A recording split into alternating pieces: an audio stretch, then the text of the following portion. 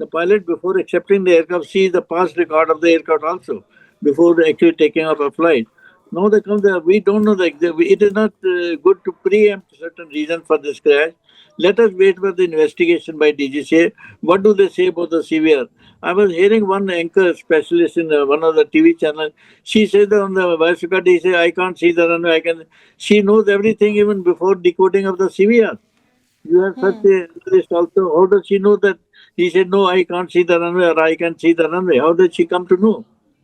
So it is not good to preempt certain things on these crashes and all that, because the idea of investigation is to find out the exact cause of the crash, and to take proper measures so that such incidents do not occur in future. And now the training is very important of the pilot. What training is done in the, when did he do last emergency check on a simulator? That has to be seen. Right sir, thank you so much captain पाने sir, हमें join करने के लिए और इन सारी जानकारी के लिए thank you so much sir. Thank you. Captain Rizvi के पास चलना चाहूंगी मैं सबसे पहले तो।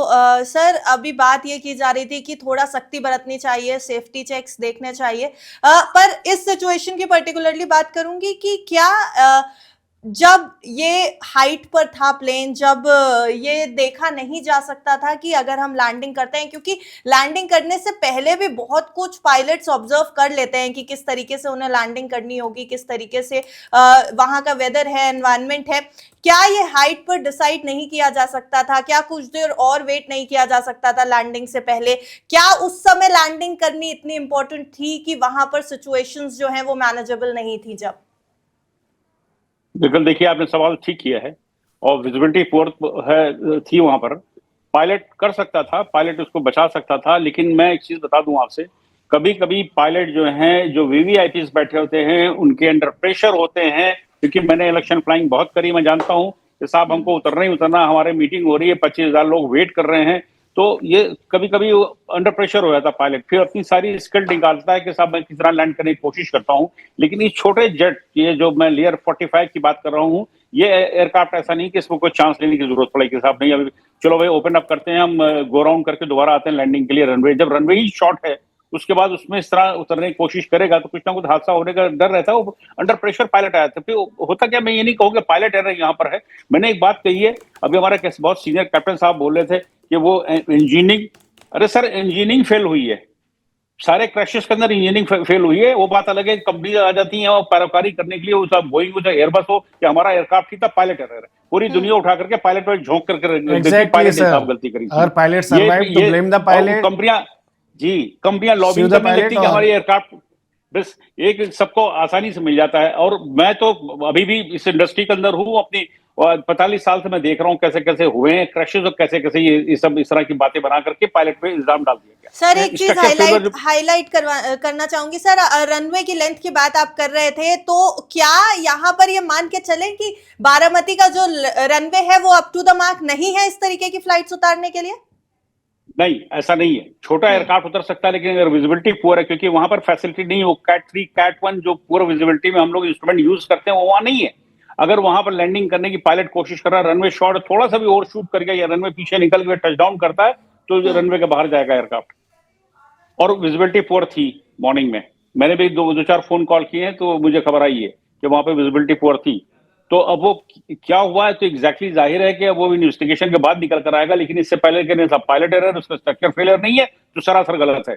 स्ट्रक्चर फेलियर के मैं पे एक एग्जांपल इंडिया के अंदर दे दूंगा, दर्जन क्रैशेस हुए जो स्ट्रक्चर फेलियर हुआ है, और मतलब बॉडी से एयरक्राफ्ट के 2 टुकड़े हो गए।